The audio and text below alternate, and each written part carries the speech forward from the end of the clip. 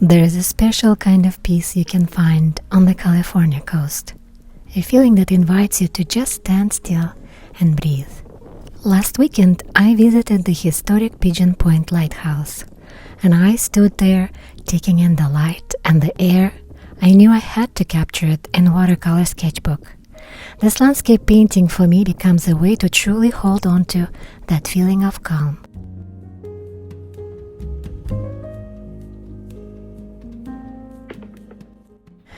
I feel like today's video is my chance to bottle up a little bit of that coastal magic and share it with all of you. Also, I wanted to share this moment with you because we are on the very last pages of the sketchbook. It feels like the end of the chapter, one that we fill together with so many memories and stories. Every single page holds a piece of our watercolor journey, and today we get to fill the final one with the light of Pigeon Point. So, I've got my coffee ready, and I've chosen 3 moments from this visit that I'll be painting today. We'll be creating 3 little thumbnail sketches, each capturing a different piece of this beautiful place. A huge warm welcome to everyone, and thank you for being here with me today, my dear friends. Now, let's take a moment to take a deep breath and look at our reference photos.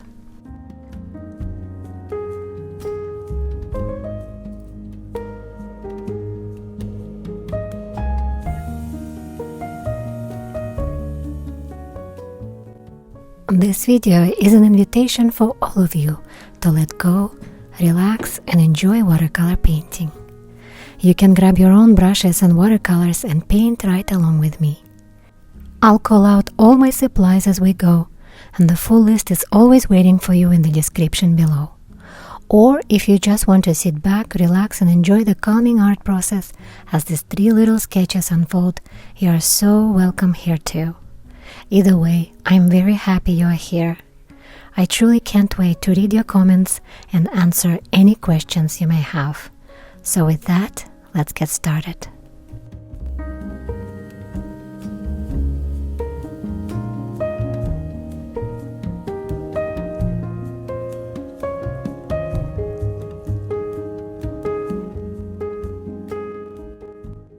As I begin to map out this first scene, just lightly with my pencil, it actually brings me to a comment one of you wrote to me the other day about struggles with painting from photographs. I wanted to make a moment to talk about this because I know it's a struggle for many of us, and I want to share my own journey with you. I'll be honest, I've always felt a bit hesitant to paint from photographs. There's this feeling that it isn't as authentic as painting from life. What I've learned to do, however, is adapt. Instead of trying to replicate the photo exactly, I try to paint a mere suggestion of the scene.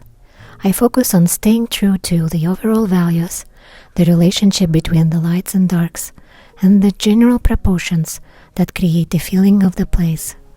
And I have to say, I do not always succeed with that. There are definitely moments of frustration, but over time, I've learned to make peace with those feelings. Each attempt, even one I'm not happy with, becomes a chance to learn, to let go of perfection, and to just be in the process. One day I truly hope I can do more plein air painting, to be right there in the landscapes as I create. For now, however, I can only muster my strength for a couple of hours of outdoor time before I run out of steam and need to rest. So painting indoors from my own photographs suit me well at this moment in time. It allows me to relieve the peace of places like Pigeon Point and still be creative.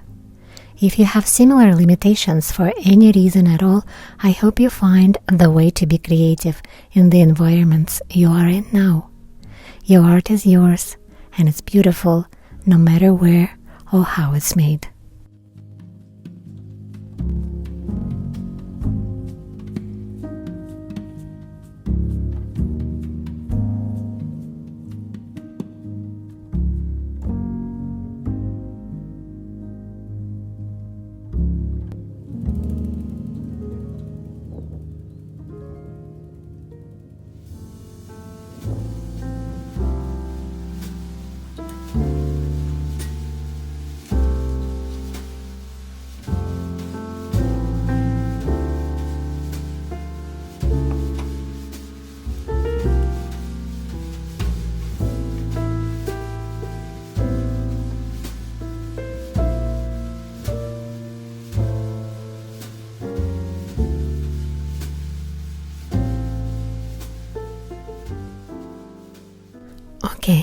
I'm now using a little masking gum, which you might also know as masking fluid. I'm just gently dabbing it onto the tiny shapes of the wildflowers here in the foreground. I thought it would be really useful here because it acts as a temporary shield for the paper. This will protect these little tiny areas and give me the freedom to paint the rest of the foreground with loose washes, without having to carefully navigate around every single flower shape. This way I ensure the flowers keep their delicate shapes and bright, clean colors later on. Now, before we start applying paint, we have to make sure the gum is completely dry. So we'll just let it sit and dry. It's a perfect moment to take a breath and just enjoy the quiet pause.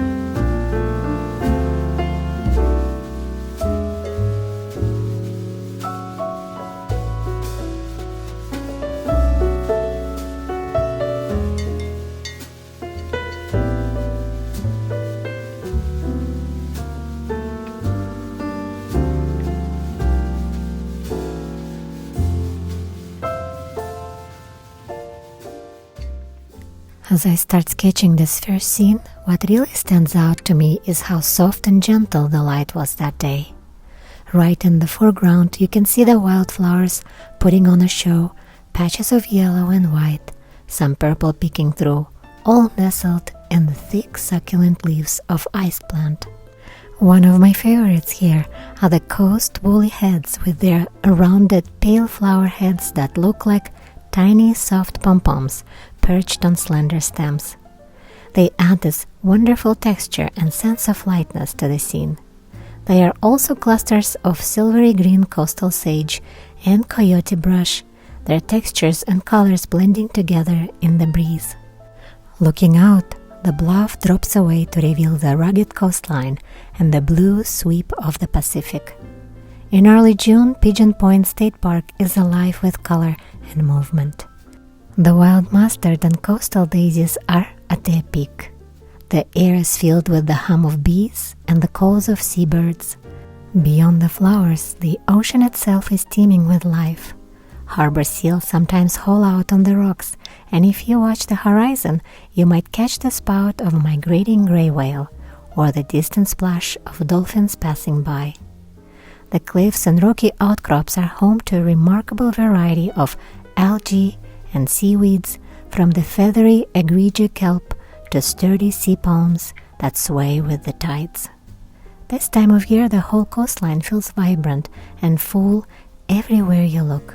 There's something growing, blooming, and moving. And today, I really want to capture the feeling of abundance and gentle beauty of Pigeon Point in early summer.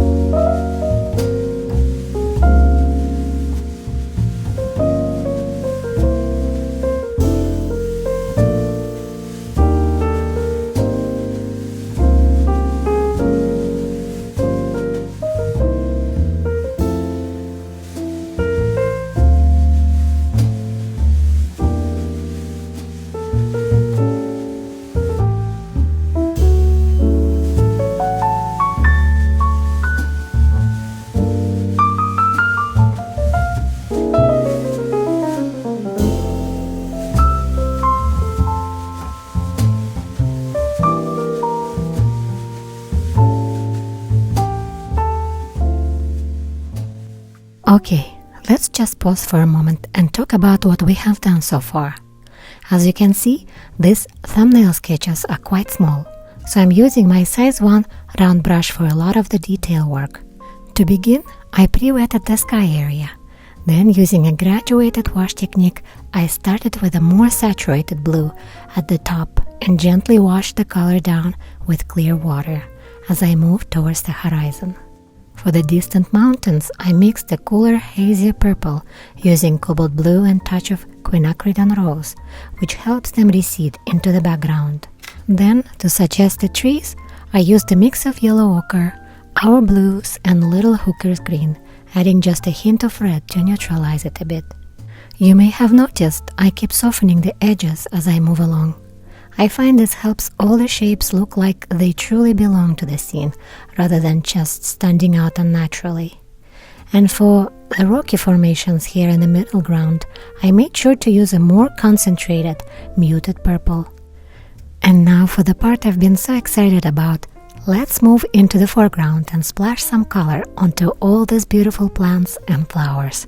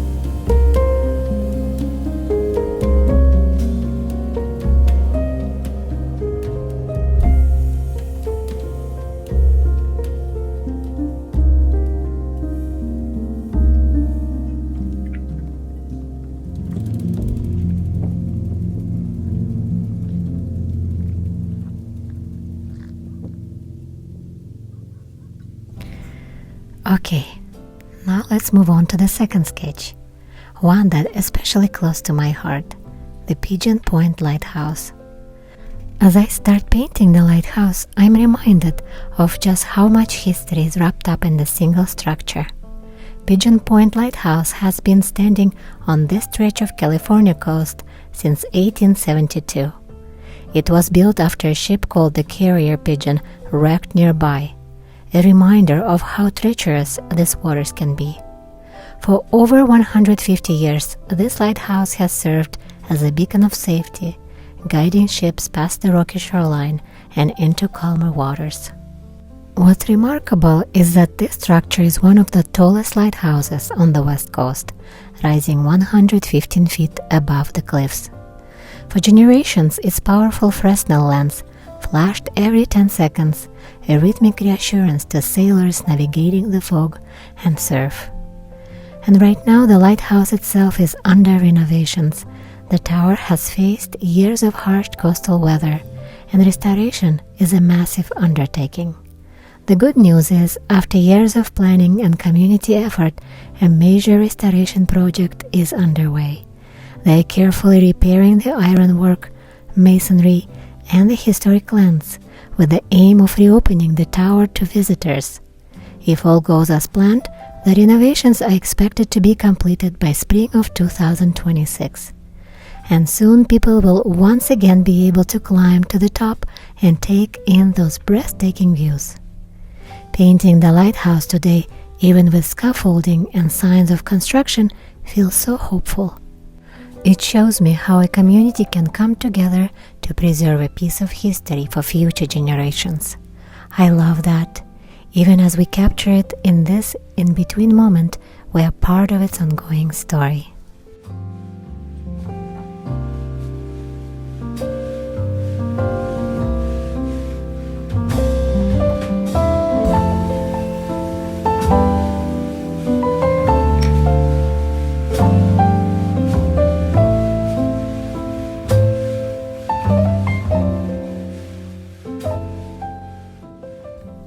So, as I'm sketching the second thumbnail, you'll probably notice that I'm using many of the same colors we used in our first scene.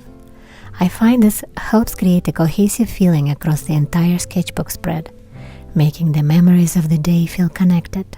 The techniques are pretty similar too, with just a few adjustments for this new view. One thing I wanted to capture was that small silver of distant fog just sitting right on top of the ocean near the horizon. For the ocean itself, I used cobalt blue, and as I painted the water moving closer to us, I mixed in a tiny bit of red. It's a wonderful little trick of aerial perspective. Warm colors appear to come forward while cool colors recede, and it gives us an illusion of depth. Now for the cliff where the lighthouse proudly stands, I started by pre-wetting the whole area and then applied a light wash of yellow ochre throughout. This wash gives a warm, earthy undertone before we start adding the details of the rocky formations and all the beautiful plants that grow on it.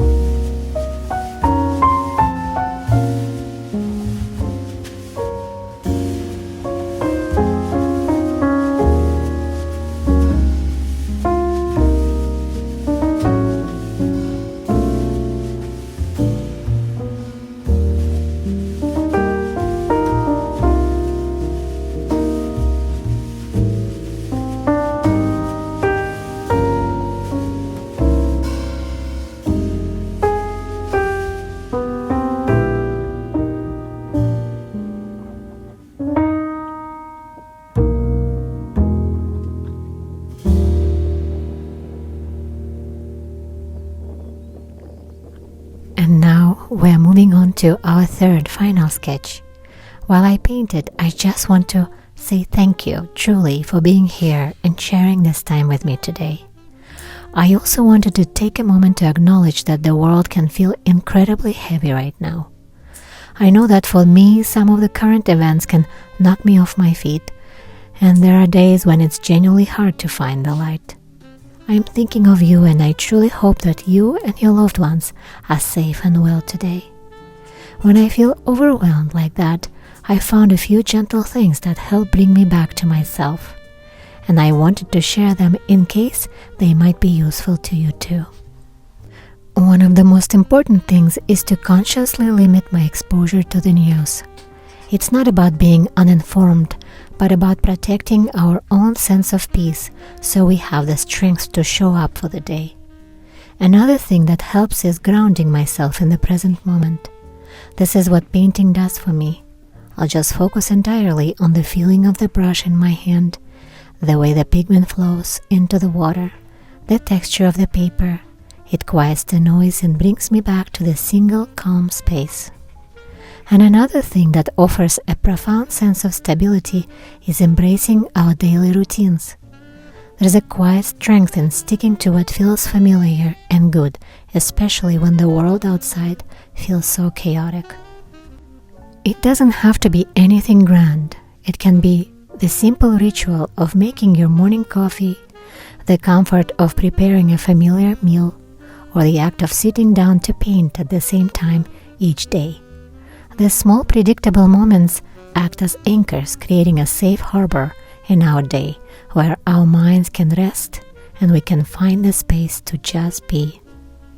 And of course, connecting with nature. Just like our trip to Pigeon Point, even just stepping outside for a few minutes, noticing the color of the sky or the shape of a leaf can be a powerful reset. I found that in times of uncertainty, focusing on something small that I can do, something I can see from beginning to end, makes a world of difference. And finishing a simple sketch can feel like quite a victory. I chose to paint the specific scenes from Pigeon Point today because they are filled with light. This act of painting them is my way of intentionally seeking that light, holding on to it, and sharing a little bit of it with my loved ones, and with all of you, my dear friends. I hope it brings a moment of peace to your day.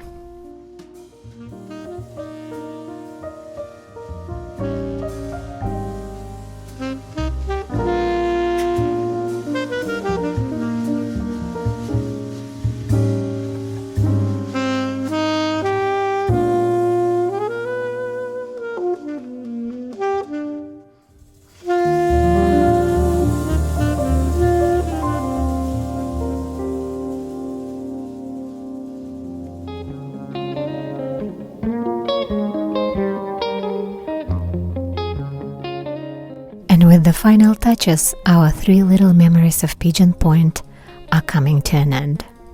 Looking at them now, I'm seeing the lighthouse and the wildflowers. I'm feeling the soft coastal light and the sense of peace that came with creating them. I truly hope that today's session has inspired you to give thumbnail sketches a try.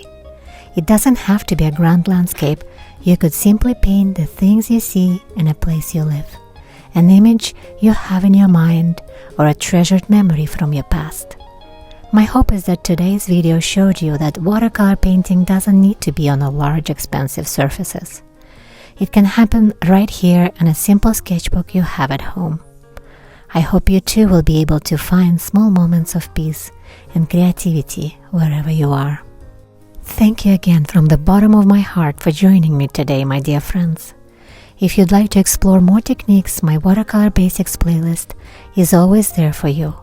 And if you enjoy this more narrative-driven stories, you might love my Watercolor Stories playlist. As always, if you have any questions or thoughts you want to share, please leave them in the comments below. I love reading them. Please take care of yourselves and your loved ones. I love you all, and I wish you many peaceful, creative days ahead.